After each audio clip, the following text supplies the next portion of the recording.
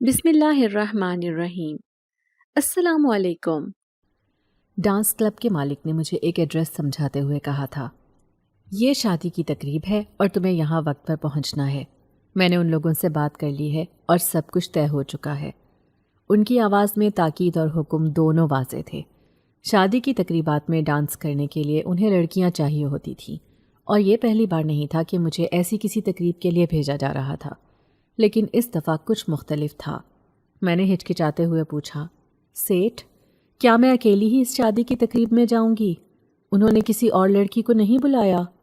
میری آواز میں بے چینی واضح تھی۔ رات گئے تک چلنے والی تقریبات ہمیشہ سے میرے لیے خوف کا باعث رہی تھی۔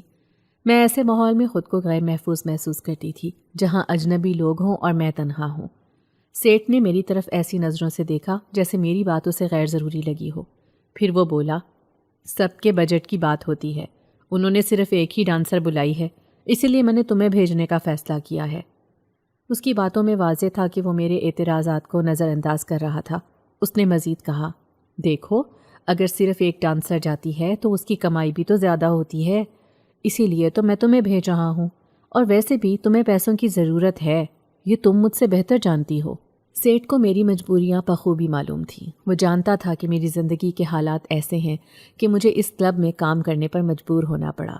میرے خاندان کی کفالت کا بوجھ میرے کندھوں پر تھا، اور میں کسی بھی طرح ان کا سہارا بننا چاہتی تھی۔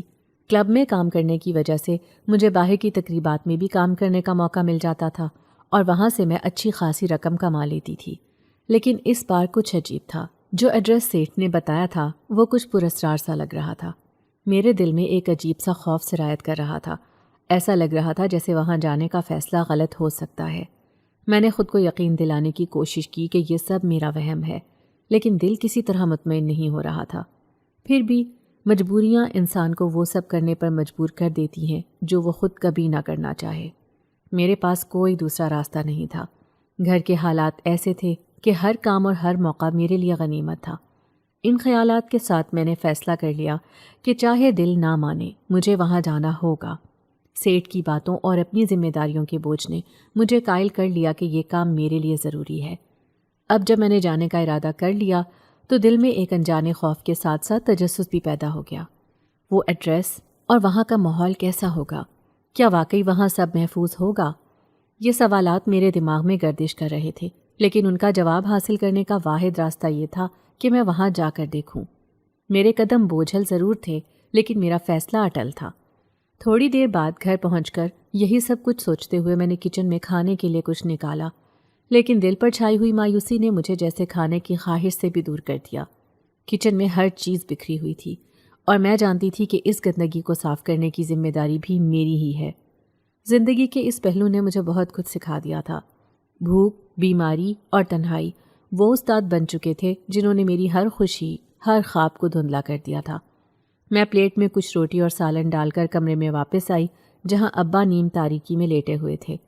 ان کی کھانسنے کی آوازیں اب تھم چکی تھیں، لیکن ان کا کمزور چہرہ مجھے صاف بتا رہا تھا کہ وہ تکلیف میں ہیں۔ میں نے دھیرے سے ان کے قریب جا کر پوچھا، ابا، کھانا کھا لیں گے؟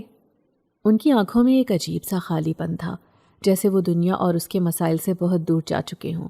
انہوں نے ہلکے سے سر ہلایا، لیکن کھانے کی طرف ہاتھ نہیں بڑھایا۔ میں ان کی ایسی حالت دیکھ کر اندر ہی اندر ٹوٹنے لگی۔ یہ وہی ابا تھے جو کبھی ہمارے لیے دن رات محنت کرتے تھے، ہمیں ہر خوشی دینے کی کوشش کرتے تھے، اور آج وہ خود اپنی زندگی سے بیزار ہو چکے تھے۔ ان کی یہ حالت دیکھ کر میری آنکھوں کے سامنے وہ دن گھومنے لگے جب ہم سب خوشحال تھے۔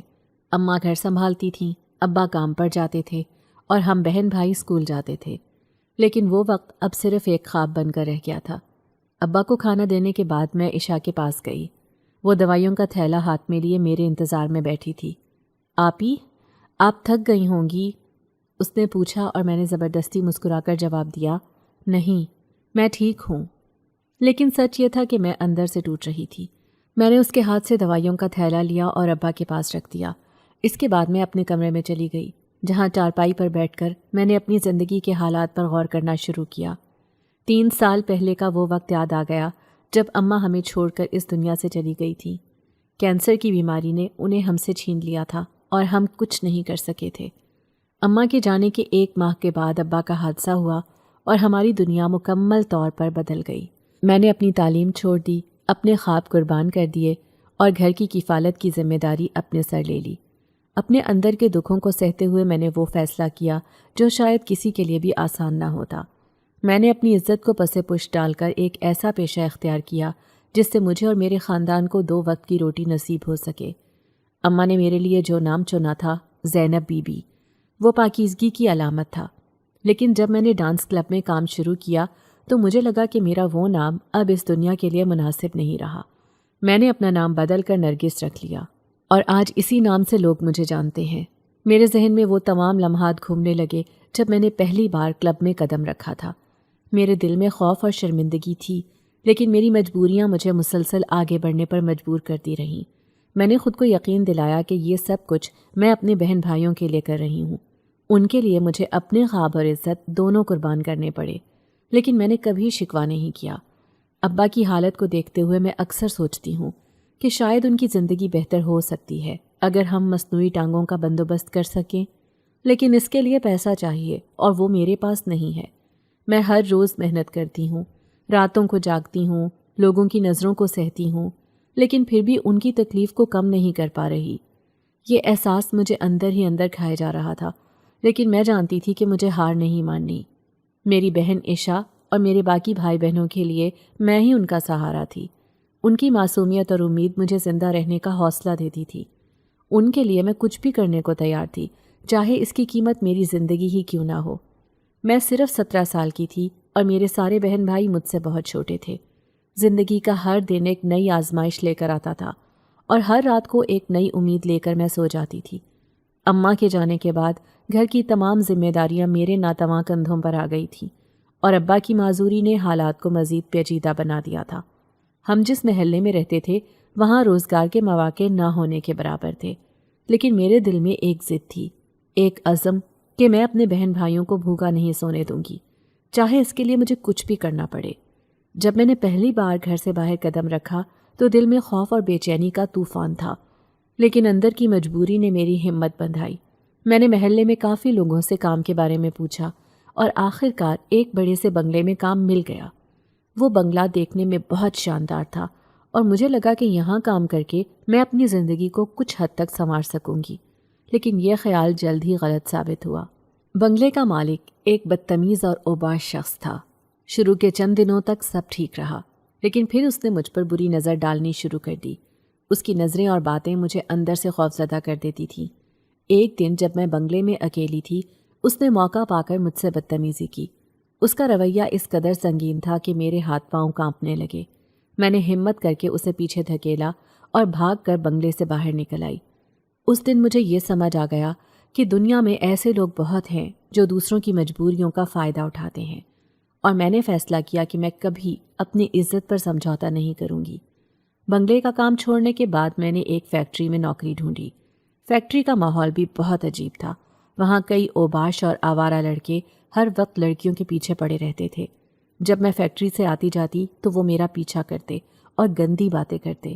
ان سب کی موجودگی میں کام کرنا میرے لیے دشوار ہو گیا تھا، لیکن پھر بھی میں نے ہار نہیں مانی۔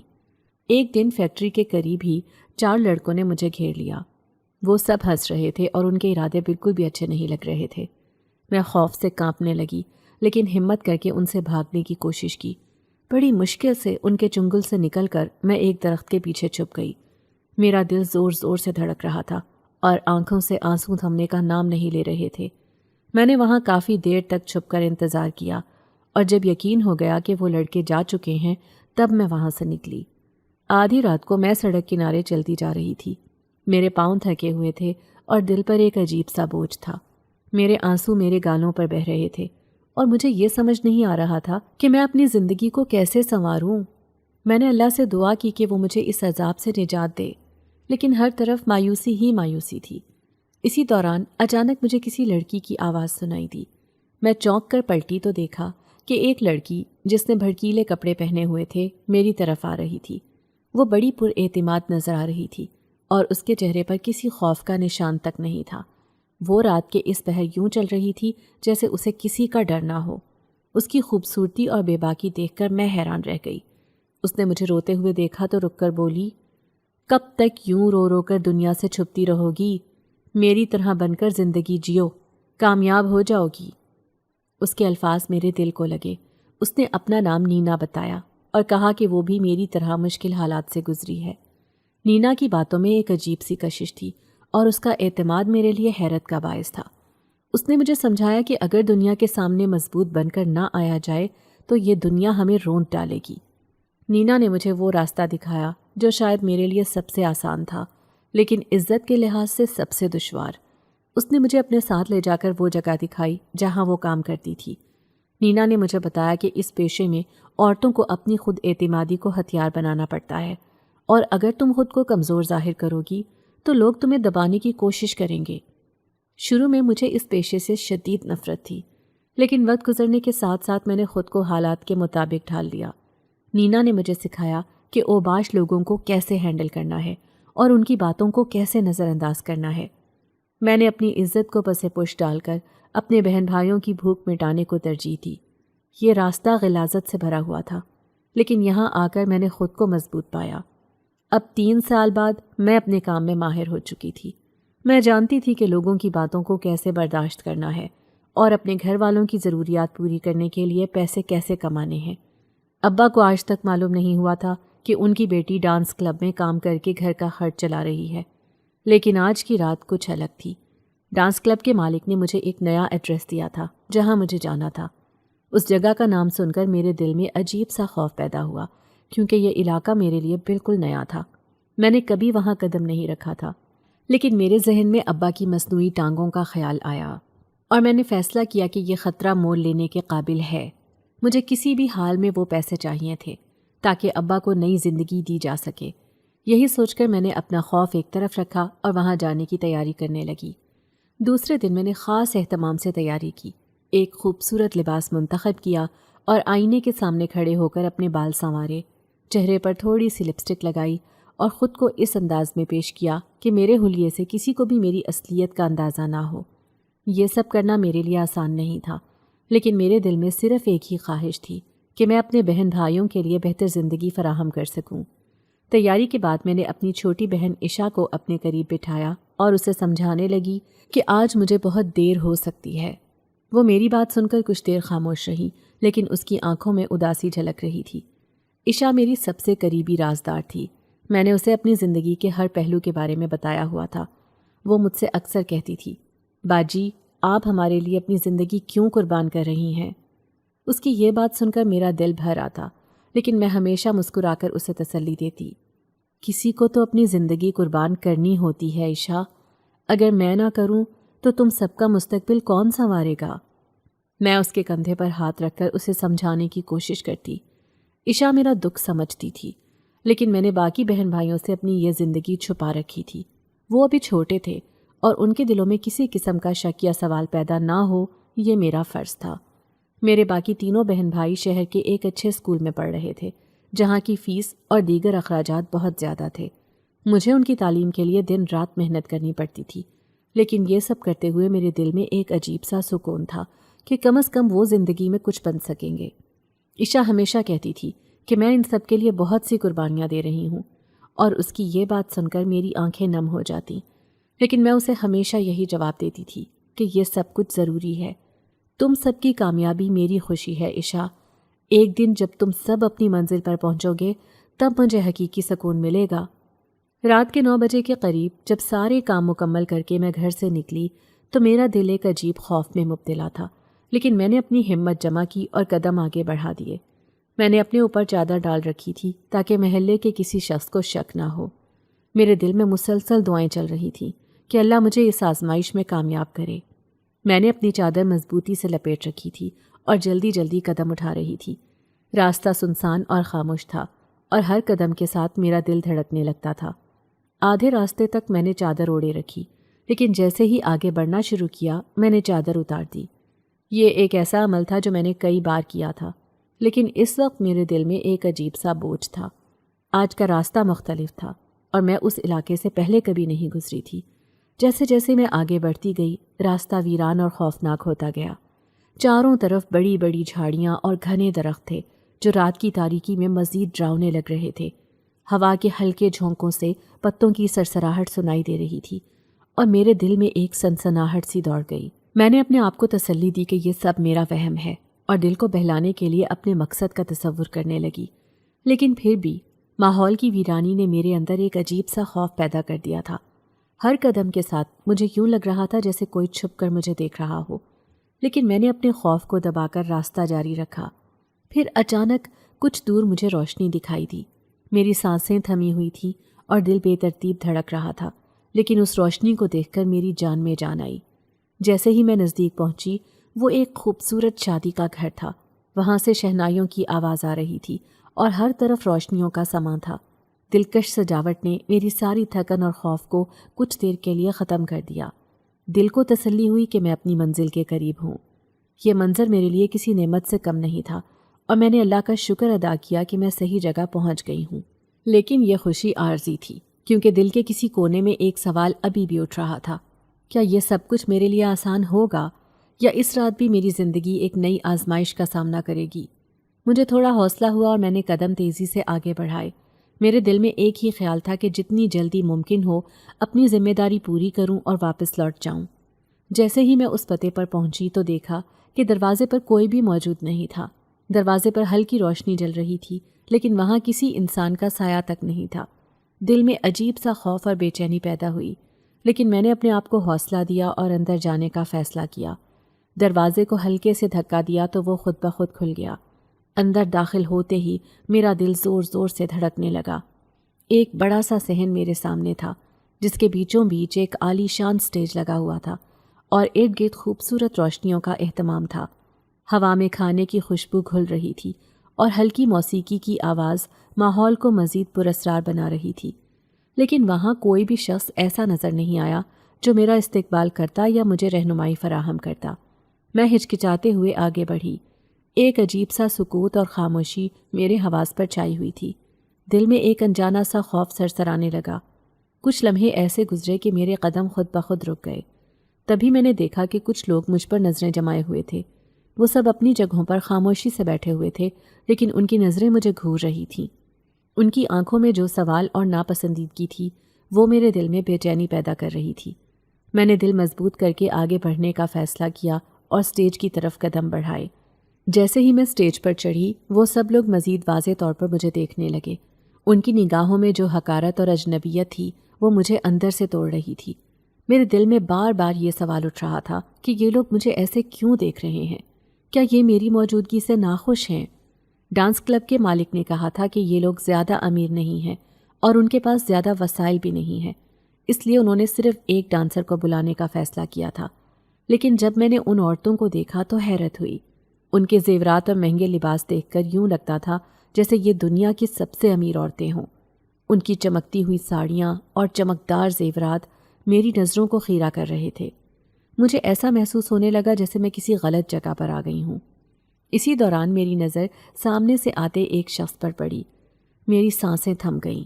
وہ ایک غیر معمولی طور پر لمبا، چوڑا اور شاندار نوجوان تھا۔ اس کی شخصیت میں ایک عجیب سی کشش تھی جو میری نظریں اس پر جمانے پر مجبور کر رہی تھی۔ اس کے گلے میں گلاب کے پھولوں کا ہار تھا جو ظاہر کر رہا تھا کہ شاید یہی دلہا ہے، لیکن اس کی شخصیت کی شانداری اور وقار میرے دل میں ایک عجیب سی ہچکچاہٹ پیدا کر رہا تھا۔ وہ میری طرف دیکھ کر مسکرا رہا تھا، لیکن اس کی مسکراہٹ میں بھی ایک انجان سی الجھن محسوس ہو رہی تھی۔ پھر اچانک ایک عورت تیزی سے سٹیج پر چڑھی۔ اس کے چہرے پر غصے کی لکیریں واضح تھیں۔ اس نے بلند آواز میں مجھے وہاں سے جانے کا حکم دیا۔ یہ جگہ تمہارے لیے نہیں ہے، اس نے غصے سے کہا۔ اس کی باتوں میں میری بے عزتی کے ساتھ ساتھ شدید نفرت بھی جھلک رہی تھی۔ اس کے الفاظ سن کر میرا دل بیٹھ گیا۔ مجھے یوں لگا جیسے میرے قدم زمین میں دھس گئے ہوں۔ سٹیج کے ارد گرد موجود لوگ سرگوشیاں کرنے لگے۔ میں نے ان کی نظریں محسوس کیں جو میرے وجود کو چھلنی کر رہی تھیں۔ وہ مجھے ایسے دیکھ رہے تھے جیسے میں کوئی مجرم ہوں۔ ان کے الفاظ میرے کانوں تک نہیں پہنچے، لیکن ان کی نگاہیں اور سرگوشیاں مجھے بتا رہی تھیں کہ وہ میرے بارے میں کیا سوچ رہے ہیں۔ میں نے اپنی زندگی میں کبھی بھی ایسی ذلت اور رسوائی محسوس نہیں کی تھی۔ میرے دل میں ایک ہی خواہش تھی کہ زمین پھٹ جائے اور میں اس میں سما جاؤں۔ میں جانتی تھی کہ ہمارے جیسے لوگوں کی یہاں کوئی عزت نہیں ہوتی، لیکن ایسی اجنبیت اور حقارت کا سامنا میں نے کبھی نہیں کیا تھا۔ ان سب کے رویے نے مجھے اندر سے توڑ دیا تھا۔ میرا دل چاہ رہا تھا کہ میں وہاں سے بھاگ جاؤں، لیکن میرے قدم جیسے زمین میں جم گئے تھے۔ میں نے اپنی نظریں نیچی کر لیں اور دل میں دعا کرنے لگی کہ کوئی معجزہ ہو اور یہ لمحہ جلدی ختم ہو۔ لیکن اس لمحے کی تلخی میری روح پر نقش ہو گئی تھی اور میں جانتی تھی کہ یہ رات میرے لیے ایک نیا موڑ ثابت ہوگی۔ میں چپکے سے وہاں سے نکلنے کی کوشش کر رہی تھی۔ دل کی دھڑکن اتنی تیز ہو گئی تھی کہ لگتا تھا جیسے وہ پورے ماحول میں گونج رہی ہو۔ قدم دھیرے دھیرے اٹھا رہی تھی تاکہ کسی کو میری موجودگی کا احساس نہ ہو۔ لیکن ابھی میں چند قدم ہی چلی تھی کہ اچانک ایک بھاری اور خوفناک آواز نے مجھے وہیں رکنے پر مجبور کر دیا۔ آواز میں ایسی گھن گرج تھی کہ میرا پورا جسم کانپ اٹھا۔ میں بے اختیار پلٹی اور جو منظر دیکھا اس نے مجھے پتھر کی طرح جامد کر دیا۔ وہی سفید لباس میں ملبوس نوجوان جسے میں دلہا سمجھ رہی تھی میرے بالکل سامنے کھڑا تھا۔ اس کی آنکھوں میں ایک عجیب سی روشنی اور چہرے پر نہایت سخت تاثرات تھے۔ رکو، اس نے زوردار آواز میں کہا جیسے حکم دیا جا رہا ہو۔ میں حیرت اور خوف کے مارے کچھ بھی بولنے کے قابل نہ رہی۔ وہ آہستہ آہستہ میرے قریب آیا اور اپنے ہاتھ سے اشارہ کرتے ہوئے کہا، یہ لڑکی یہاں آ کر نحوست پھیلا رہی ہے، اس کی وجہ سے یہ سب کچھ ہو رہا ہے۔ میں مزید پریشان ہو گئی۔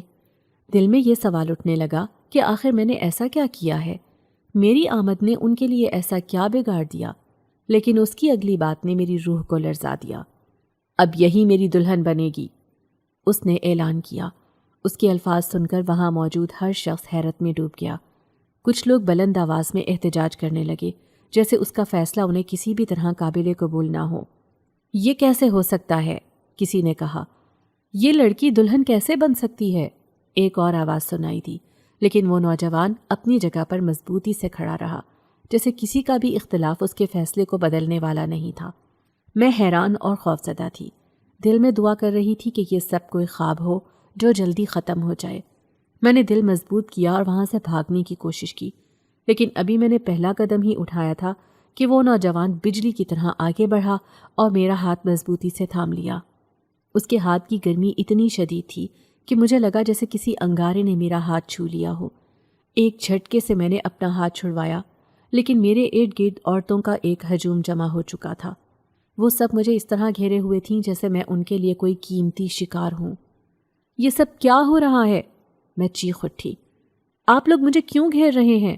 مجھے یہاں سے جانے دیں۔ لیکن میری آواز وہاں موجود شور میں دب گئی۔ ان عورتوں نے میری بات پر کوئی توجہ نہ دی اور میرے لباس کی طرف ہاتھ بڑھانے لگیں۔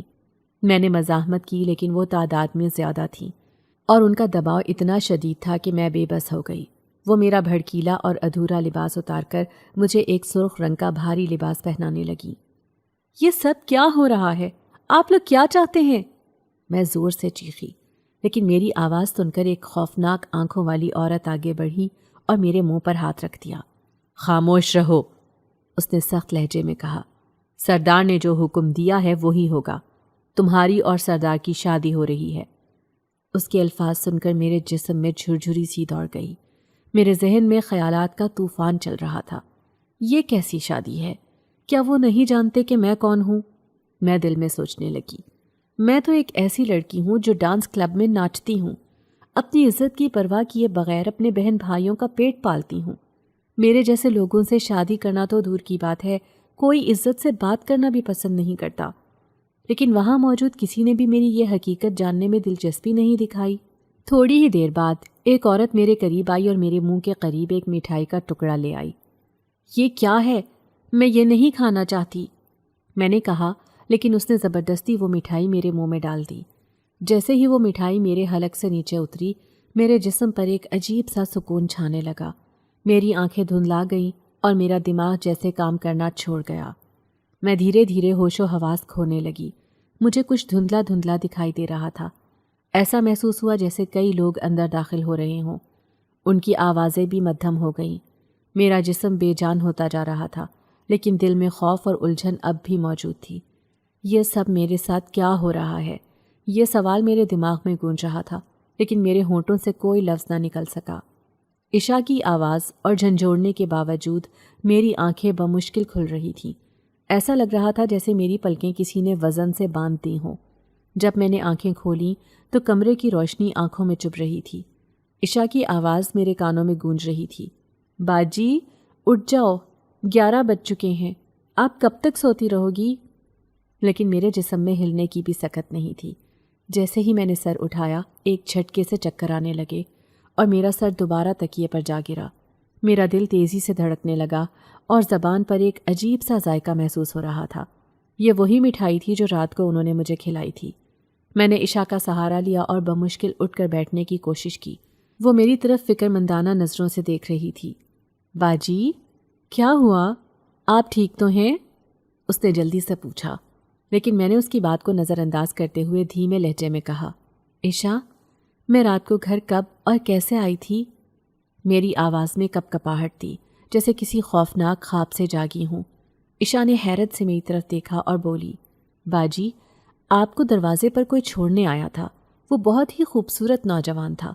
میں نے سوچا شاید وہ آپ کے دوست ہوں گے یا کوئی اور، لیکن ان کی شکل اور انداز بہت نیک لگ رہے تھے۔ شکر ہے کہ آپ خیریت سے گھر پہنچ گئیں۔ عشاء یہ سب بتاتے ہوئے خوش نظر آ رہی تھی، جیسے کوئی معجزہ ہوا ہو، لیکن اس کی بات سنتے ہی میرے اندر سنسنی دوڑ گئی۔ میں نے کچھ کہے بغیر اپنے ارد گرد نظر دوڑائی۔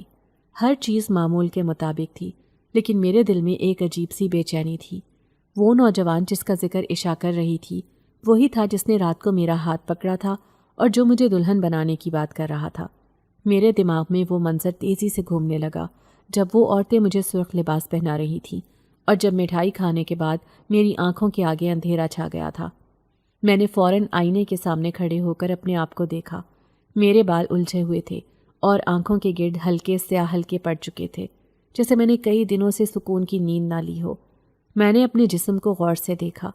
دل میں ایک خوف چھپا ہوا تھا کہ کہیں میرے ساتھ کچھ غلط تو نہیں ہوا، لیکن سب کچھ معمول کے مطابق تھا۔ میرے جسم پر کسی قسم کے نشانات یا زخم کا کوئی اثر نہیں تھا، پھر بھی دل کی دھڑکن تیز ہو رہی تھی۔ پورا دن میرا ذہن اسی واقعے کی گتھی سلجھانے میں الجھا رہا۔ میں بستر پر لیٹی رہی اور میرے جسم کا ہر حصہ دکھ رہا تھا۔ شاید یہ رات کی تھکن کا نتیجہ تھا، یا شاید اس مٹھائی کا اثر جو میری ہمت اور توانائی کو ختم کر چکی تھی۔ عشاء بار بار میرے پاس آ کر پوچھتی رہی، باجی آپ کو کیا ہو رہا ہے؟ آپ ٹھیک تو ہیں؟ لیکن میں اسے کوئی واضح جواب نہیں دے پا رہی تھی۔ میں نے صرف یہی کہا، بس تھوڑی تھکن محسوس ہو رہی ہے، کچھ دیر آرام کرنے دو۔ رات کا وقت قریب آ رہا تھا اور میرا دل عجیب سے وسوسوں میں الجھ رہا تھا۔ مجھے اپنے کام کے لیے پھر سے تیار ہونا تھا، لیکن میرا دل نہیں چاہ رہا تھا کہ میں دوبارہ ڈانس کلب جاؤں۔ میں اس بات سے بھی خوفزدہ تھی کہ کہیں وہ نوجوان پھر سے میرے راستے میں نہ آ جائے۔ جب عشاء نے مجھ سے کہا، باجی آج کام پر نہیں جانا، تو میں نے سر ہلا کر کہا، نہیں، آج میرا دل نہیں ہے۔ لیکن اندر سے مجھے یہ احساس تھا کہ میرے پاس کوئی اور راستہ نہیں۔ میرے بہن بھائیوں کی ضروریات اور ان کا مستقبل میری ذمہ داری تھی، اور اس کے لیے مجھے ہر حال میں کام پر جانا تھا۔ لیکن رات کے قریب آتے ہی میرا ذہن مزید بوجھل ہو رہا تھا اور میرے اندر ایک انجان خوف بڑھتا جا رہا تھا۔ میرے ذہن میں وہ رات کے واقعات بار بار گھوم رہے تھے، وہ سرخ لباس، وہ مٹھائی، وہ خوفناک آنکھوں والی عورت، اور سب سے بڑھ کر وہ نوجوان جس کی شخصیت میں کچھ ایسا تھا جو انسانی نہیں لگ رہا تھا۔ میرے اندر یہ سوال اٹھ رہا تھا کہ کیا میں واقعی کسی انسانی تقریب میں گئی تھی یا پھر یہ سب کچھ کسی غیر فطری مخلوق کے ساتھ ہوا تھا۔ لیکن ان سوالات کے جوابات نہ میرے پاس تھے اور نہ ہی کسی اور کے۔ رات گہری ہو رہی تھی اور میرا دماغ مزید الجھنوں میں گم ہو چکا تھا۔ شاید یہ سب کچھ ایک خواب تھا، لیکن اگر یہ حقیقت تھی تو اس کا انجام کیا ہوگا؟ یہ سوال میرے دل و دماغ کو جھنجھوڑ رہا تھا۔ آج پھر کام پر جانے کے لیے تیار ہوئی۔ میں نے اپنے مخصوص کپڑے نکالے اور عشاء کو خاص طور پر تاکید کر کے گھر سے باہر نکل آئی۔ ابھی آدھے راستے میں ہی پہنچی تھی کہ اچانک نہ جانے مجھ پر عجیب سا خوف طاری ہونے لگا۔ ایسے لگ رہا تھا جیسے کوئی میرا پیچھا کر رہا ہو۔ ویسے ہی آدھی رات کو یہ راستہ سنسان ہو جاتا تھا۔ میں بار بار پلٹ کر پیچھے دیکھ رہی تھی، لیکن میرے پیچھے کوئی بھی نہیں تھا۔ لیکن جب اچانک ہی قدموں کی بھاری آوازیں آنے لگیں تو مجھ سے سانس لینا بھی دشوار ہو گیا۔ مجھے 100% یقین تھا کہ کوئی ہے جو مسلسل میرے پیچھے آ رہا تھا۔ پھر جیسے ہی آخری دفعہ میں نے پلٹ کر دیکھا تو مجھے اپنی آنکھوں پر یقین نہیں آیا تھا۔ ایک سایہ زمین پر نظر آ رہا تھا، لیکن اس کا وجود میرے سامنے نہیں تھا۔ آخر یہ کون ہے؟ کیا یہ کوئی غیر فطری مخلوق ہے؟ ایسے کئی سوال تھے جو میرے سامنے کھڑے تھے، بڑی مشکل سے میں ڈانس کلب پہنچی تھی، جہاں پر امیر لوگوں کا رش تھا۔ وہ ہم پر پیسے لٹاتے۔ یہ پیسے تو سارے ڈانس کلب کا مالک اپنے پاس ہی رکھتا تھا، لیکن ہمیں اچھی خاصی تنخواہ دیتا تھا، اور ان پیسوں میں سے حصہ بھی۔ لیکن اب جیسے ہی میں ڈانس کرنے کے لیے اسٹیج پر کھڑی ہوئی، اچانک ہی مجھے لوگوں کے رش میں کسی کا چہرہ نظر آیا۔ وہ بڑی پراسرار آنکھیں تھیں جو مسلسل مجھے دیکھے جا رہی تھیں۔ ان آنکھوں میں اس قدر غصہ اور آگ تھی کہ اچانک میری طبیعت خراب ہونے لگی۔ میرے سر میں شدید درد ہو گیا تھا۔ میں جو ڈانس کرتے کرتے گھوم رہی تھی وہیں پر گر کر بے ہوش ہو گئی۔ جب ہوش آیا تو نینا میرے سر پر کھڑی تھی۔ کیا ہوا نرگس، تمہاری طبیعت تو ٹھیک ہے نا؟ وہ پریشان تھی، جبکہ میں انہی آنکھوں کے بارے میں سوچ کر پریشان ہو گئی تھی۔ مجھے گھر جانا ہے، اچانک ہی میں نینا سے کہنے لگی۔ دیکھو، آج پیسے ملیں گے، پیسے لے کر ہی گھر جانا۔ مجھے پیسوں کی پرواہ نہیں تھی، لیکن ایسے لگ رہا تھا سامنے پردے کے پیچھے کسی کا لمبا چوڑا سایہ مجھے گھور رہا ہو۔ میں نے دیکھا رات کا 1 بج رہا تھا۔ نینا نے کسی طرح ڈانس کلب کے مالک سے کہہ کر مجھے پیسے دلوا دیے تھے۔ پیسے لے کر میں تیز تیز قدموں سے چلتے ہوئے گھر کی طرف جا رہی تھی، جب راستے میں پھر سے مجھے انہی قدموں کی آوازیں آنے لگیں۔ میرے پیچھے کون آ رہا تھا مجھے کچھ معلوم نہیں تھا، لیکن وہ جو کوئی بھی تھا مجھے گھر تک چھوڑ کر گیا تھا۔ میں سمجھ گئی تھی کہ وہ جو کوئی بھی ہے ایسا ہے جو صرف مجھے محسوس ہو رہا ہے، دکھائی نہیں دے رہا، اور یہ بات میرے لیے بڑی ہی پریشانی کا باعث بن رہی تھی۔ گھر آ کر میں نے عشاء کے ہاتھ پر پیسے رکھے اور میں خود بستر میں لیٹ گئی، لیکن نہ جانے رات کا کون سا پہر تھا جب ایسا لگا جیسے کسی نے میرے چہرے پر ہاتھ پھیرا ہو۔ ایک جھٹکے سے میں نے آنکھیں کھولی۔ خوشبو کا ایک طوفان میں اپنے جسم میں محسوس کر رہی تھی۔ مجھے یاد آیا کہ میں نے گھر آ کر نہ کپڑے چینج کیے تھے اور نہ ہی منہ ہاتھ دھویا تھا۔ انہی کپڑوں میں سو گئی تھی جن میں سے تیز خوشبو آ رہی تھی۔ سارے بہن بھائی سوئے پڑے تھے، حالانکہ ابا بھی جو اپنی بیماری کی وجہ سے جاگتے رہتے تھے۔ میں کپڑے بدلنے کے لیے کمرے سے باہر صحن میں آئی تھی، تبھی صحن میں پھرتے ایک وجود کو دیکھ کر میرے منہ سے بے اختیار چیخ نکلی تھی۔ میری چیخ سن کر سارے گھر والے جاگ گئے تھے۔ وہ میرے لیے پریشان تھے، لیکن وہ سایہ بھی لمحے بھر میں غائب ہو گیا تھا، کچھ دیر پہلے جس نے مجھے سخت خوف زدہ کر دیا تھا۔ اب میں ان سب کو کیسے بتاتی کہ اس شادی کی تقریب میں جانے کے بعد سے ہی میرے ساتھ عجیب و غریب معاملات پیش آ رہے ہیں۔ پھر اگلے دن بڑی مشکل سے میں ڈانس کلب میں پہنچی تھی، کیونکہ میں نے نینا کو اپنے گھر پر ہی بلوا لیا تھا۔ میں اکیلے ہرگز سفر نہیں کرنا چاہتی تھی، جانتی تھی کہ وہ عجیب و غریب سایہ پھر سے میرا پیچھا کرنے لگے گا۔ نینا کے ساتھ میں ڈانس کلب پہنچی۔ تھوڑی دیر بعد ہم دونوں نے ہی اسٹیج پر ہی ناچنا شروع کر دیا تھا، لیکن آج پھر میں چکرا کر بری طرح گری تھی۔ بے بسی سے میں اس کمرے میں لیٹی ہوئی تھی کہ اچانک ہی سیٹھ اندر آیا۔ وہ غضبناک نگاہوں سے مجھے گھور رہا تھا، غصے سے کہنے لگا، جانتی ہو نرگس، تمہارے ڈانس کو لوگ کتنا پسند کرتے ہیں، تمہاری وجہ سے ہی ہمارا کلب دن رات ترقی کر رہا ہے۔ تم ایسے ناٹک کرتی رہو گی تو لوگ ناراض ہو جائیں گے، یہاں آنا چھوڑ دیں گے۔ میں بے بسی سے لیٹی رہی، ایک لفظ بھی نہ کہہ سکی تھی۔ نہ جانے کیا چیز تھی جو مجھے ڈانس کرنے اور کلب آنے سے روک رہی تھی۔ رات کے 12 بج رہے تھے۔ سیٹھ نے مجھے گھر جانے کے لیے کہہ دیا اور غصے میں کہا کہ جب طبیعت صحیح ہو تبھی ڈانس کلب آنا، روز روز تمہارے ڈرامے میں برداشت نہیں کروں گا۔ مجھے بہت شدت سے رونا آ رہا تھا۔ اچھا بھلا میرا روزگار یہاں لگا ہوا تھا، گھر چل رہا تھا، پھر یہ میرے ساتھ کیا معاملات ہونے لگے ہیں۔ میں پیدل ہی پیدل گھر کی طرف جا رہی تھی۔ مجھے اتنا رونا آیا کہ میں اسی درخت کے نیچے بیٹھ گئی جہاں پر اکثر ہی شروع کے دنوں میں جب میرے پاس کرایہ نہیں ہوتا تھا تو میں اپنی بے بسی کے بارے میں سوچ کر اداس ہوتی تھی۔ آج پھر میں یہیں بیٹھ کر رو رہی تھی۔ آخر میرے ساتھ یہ سب کچھ کیوں ہو رہا ہے؟ میں یہ سوچنے پر مجبور تھی۔ تبھی درخت کے پیچھے سے نکل کر کوئی میرے سامنے آیا تھا۔ اسے دیکھ کر مجھے اپنی آنکھوں پر یقین نہ آیا کہ یہ وہی ہے جو اس دن مجھے شادی کی تقریب میں نظر آیا تھا، جس کی شادی ہو رہی تھی۔ سفید رنگ کے لباس میں لمبا چوڑا وجود لیے وہ میرے سامنے کھڑا تھا۔ اس کے چہرے پر پاکیزگی تھی۔ کون ہو تم اور میرے سامنے کیوں آئے ہو؟ میرے منہ سے فقط یہ الفاظ نکلے تھے۔ وہ چند لمحے مجھے غور سے دیکھتا رہا، پھر کہنے لگا، تمہیں اس برے کام سے میں بچانا چاہتا ہوں۔ جانتی بھی ہو تم اس رات جس شادی کی تقریب میں آئی تھی وہ کس کی شادی تھی؟ وہ ایک جنات کی شادی تھی، اور وہ کسی اور کی نہیں بلکہ میری شادی ہو رہی تھی۔ میں بھی ایک جنزاد ہوں۔ جب تم وہاں بغیر اجازت لیے اندر چلی آئیں تو سارے جنات بہت غصے میں تھے۔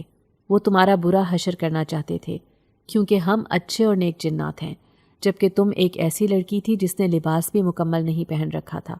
سب لوگ تمہیں دیکھ کر اعتراض کر رہے تھے، لیکن میری ہونے والی دلہن نے بھی تمہیں دیکھ لیا۔ اسے اتنا غصہ آیا، وہ یہ سمجھ رہی تھی کہ شاید میں نے تمہیں وہاں بلوایا ہے۔ پھر اچانک ہی وہ شادی کی تقریب سے ناراض ہو کر چلی گئی۔ اس نے مجھ سے شادی کرنے سے انکار کر دیا تھا، صرف اور صرف تمہاری وجہ سے، کیونکہ تمہارے وجود کی ناپاکی نے ہماری شادی کی تقریب کو گندا کر دیا تھا۔ وہ غضبناک ہو رہا تھا، جبکہ میری آنکھوں میں آنسو تھے۔ میں بے بسی سے اسے کہنے لگی، یہ کام کرنے کا مجھے شوق نہیں ہے، میری مجبوری ہے، اسی وجہ سے میں شادیوں میں ناچنے کا کام کرتی ہوں۔ وہ چند لمحے مجھے غور سے دیکھتا رہا، پھر کہنے لگا، میں تمہیں اس برے کام سے بچانا چاہتا ہوں، کیا تم میرے کہنے پر یہ کام چھوڑ دو گی؟ میں اس کی بات پر خوف زدہ تھی۔ میں جانتی تھی کہ وہ ایک جن زاد ہے، بہت طاقتور۔ میں اس کی بات سے انکار نہیں کر سکتی تھی۔ بے بسی سے کہنے لگی، لیکن ہم بھوکے مر جائیں گے، میرا باپ بیمار ہے، جبکہ میرے چھوٹے بہن بھائی ہیں، میں انہیں پالتی ہوں۔ میں نے انہیں اپنی ساری مجبوری بتا دی تھی۔ یہ سن کر وہ مسکرایا اور کہنے لگا، آج کے بعد تمہاری ساری مجبوریاں ختم ہو جائیں گی، اب تمہیں ڈانس کلب نہیں آنا پڑے گا۔ گو کہ مجھے اس کی بات پر یقین نہیں تھا، لیکن میں اس سے سخت خوف زدہ تھی، اسی لیے میں نے اس کی بات مان لی تھی۔ بے بسی سے سوچتے ہوئے میں گھر چلی آئی تھی۔ جب 3 دن ہو گئے اور میں کلب نہ گئی تو عشا بھی تھوڑی تھوڑی پریشان ہو گئی تھی۔ باجی کیا ہوا؟ کیا تم نے ڈانس کلب چھوڑ دیا ہے؟ میں نے اسے جھوٹ کہا کہ میں نے کام نہیں چھوڑا، بلکہ کچھ دنوں کے لیے میں نے چھٹی لی ہوئی ہے کیونکہ میری طبیعت ٹھیک نہیں ہے۔ میں منتظر تھی کہ آخر ایسا کیا ہوتا ہے جس کی وجہ سے مجھے گھر سے باہر نہ نکلنا پڑے۔ پھر دوسرے دن آدھی رات کا وقت تھا جب اچانک ہی دروازے پر دستک ہونے لگی۔ جیسے ہی میں نے دروازہ کھولا تو میں حیران رہ گئی۔ سامنے 2 آدمی کھڑے تھے۔ قیوم صاحب کا گھر یہی ہے؟ وہ ابا کا نام لے رہے تھے۔ میں نے ہاں میں سر ہلایا تو وہ کہنے لگے، کیا آپ کے والد صاحب اس فیکٹری میں کام کرتے تھے؟